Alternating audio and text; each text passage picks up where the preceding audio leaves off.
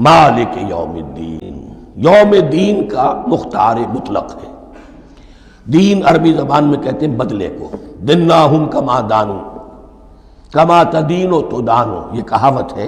جیسے اردو میں ہم کہتے ہیں جیسا کرو گے ویسا بھرو گے، کما تدینو تدانو، تو یہ ہے بدلہ، اس کا بنیادی مفہوم جو ہے وہ بدلہ ہے۔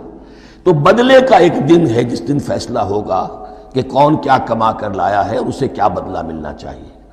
آیا اس کا برائیوں کا پلڑا بھاری ہے کہ اسے سزا ملنی چاہیے، یا اس کی حسنات اور نیکیوں کا پلڑا بھاری ہے کہ اسے جزا ملنی چاہیے، اس کا انعام اور اکرام کے ساتھ معاملہ کیا جانا چاہیے۔ وہ ایک دن ہے، اسے ہم یوم القیامہ کہتے ہیں۔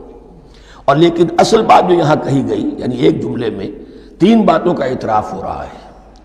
بعث بعد الموت، ایک دن آئے گا کہ ہم مرنے کے بعد تمام انسان اٹھا لیے جائیں گے، پھر حساب و کتاب، پھر اللہ کے ہاں حاضری ہوگی اور حساب کتاب ہوگا۔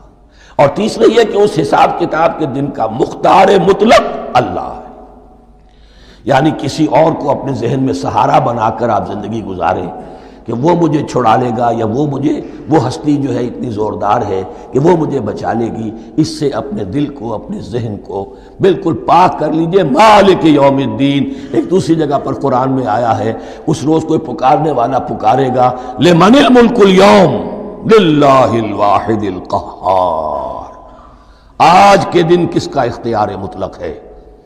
اور پھر کہا جائے گا اللہ کے لیے، الواحد قہار، جو پوری طرح چھایا ہوا ہے، بس تولی ہے۔ تو مالک یوم الدین، جو جزا و سزا کے دن کا مالک ہے۔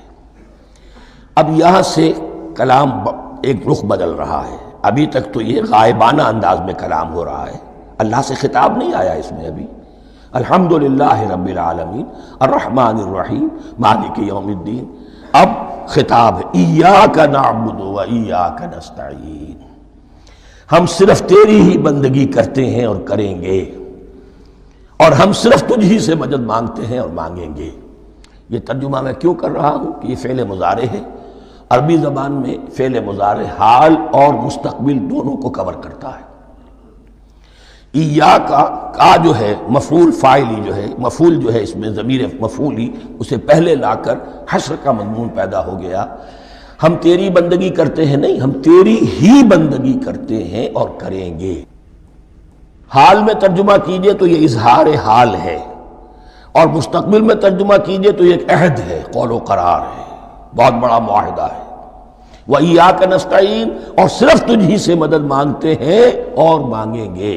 اس میں بھی حال کا ترجمہ اظہار حال، اللہ کرے کہ واقعی ہمارا حال وہی ہو، جب ہم یہ الفاظ کہتے ہیں تو واقعتاً ہم اس پر پورے اتر رہے ہوں کہ اسی کی بندگی کر رہے ہوں اور اسی سے ساری استعانت اور استمداد کر رہے ہیں۔